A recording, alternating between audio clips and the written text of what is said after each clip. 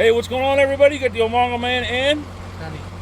here in Clifford. We're going to get another piece of something here for the farm. So come along with us on the ride, see what we're going to get.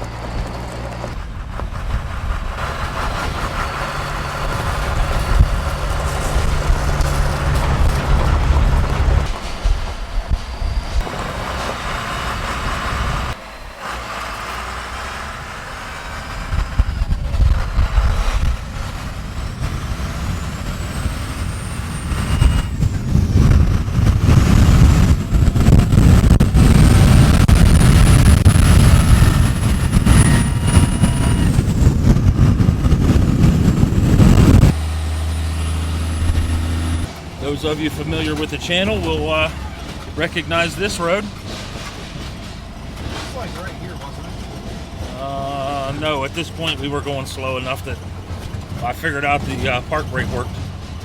This is nothing more than a cow path at this point. I don't believe anybody uses this road anymore.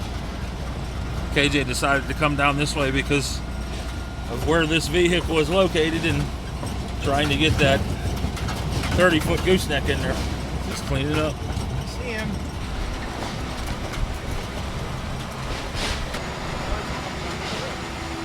What we're here to get. 1941 Ford.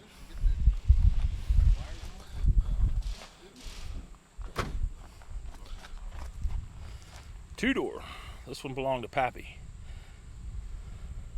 If you go back and watch Hot Rod Garage, they took a 1941 Ford with a 306, made it run again, and ran it.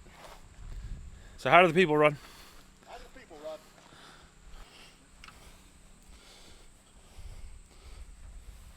Got the old flatty in it still with the old Brock heads, Offenhauser 2+2 intake.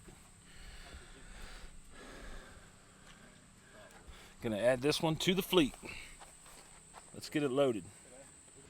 I'm sure you already touched base on this, but this is a 1941 Ford two-door.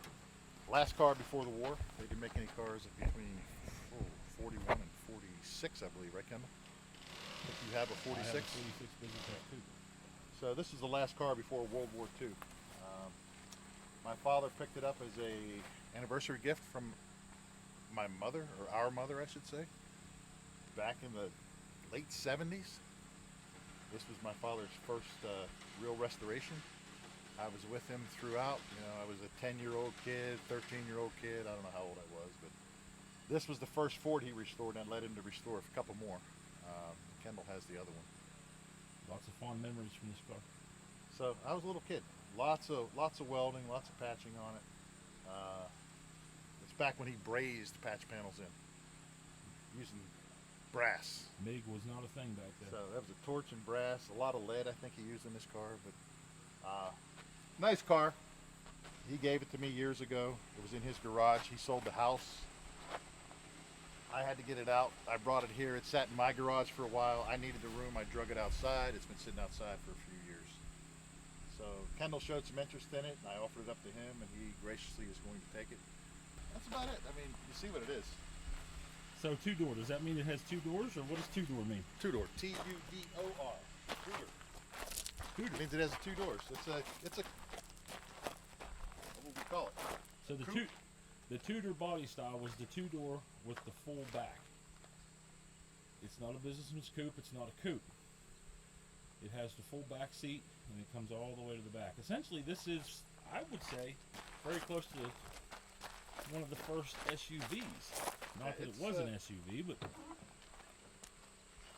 Interestingly enough, the state police used this exact car. The Pennsylvania State Police used this car as a cruiser back in 1941. There are some pictures of it on the internet. I'm sure Kendall can pop one in. If I kept it, that was my plan, was to make it up as a mock Pennsylvania State Police car. I know Kendall has other plans for it. But yeah, you could have your honeymoon in that back seat if you wanted to. Absolutely could. It's a decent car. He put a lot of time into it. He took it to a few shows, won a few shows with it. I can fondly remember riding around it, like I said, as a 10-year-old kid, 11-year-old kid. I tagged it years ago. Little did we know it would end up at Mongo's garage. the latch works. I got it. Maybe. More stuff. Maybe not. The heck? So that's it. Selling me a Maybe somebody locked it.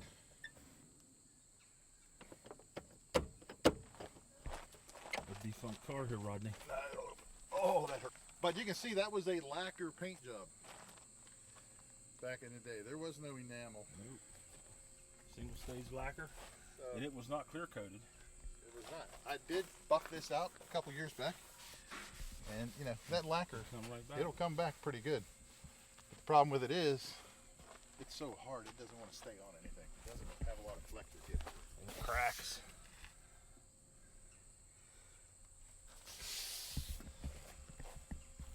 The body's in red. Yeah, the body I think is in decent shape. Yeah, it's not terrible. The rocker panels are going to need some love.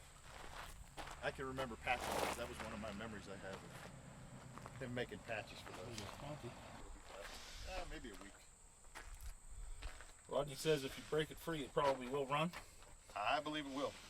Years ago now, I'm talking 25 years ago, 30 years ago. Check this out. You see the hole in the grill? That hole goes through the radiator into that fan. And I'm willing to bet, Just hooked directly to the crank. I am willing to bet 100% that you could find the tool to hand crank this bad boy. I don't think I'd want to hand crank a What do they call that tool? V8. I don't know. I think it's called a hand crank. No, it's a special little tool that has it. Yeah, it disengages Yeah. when it starts.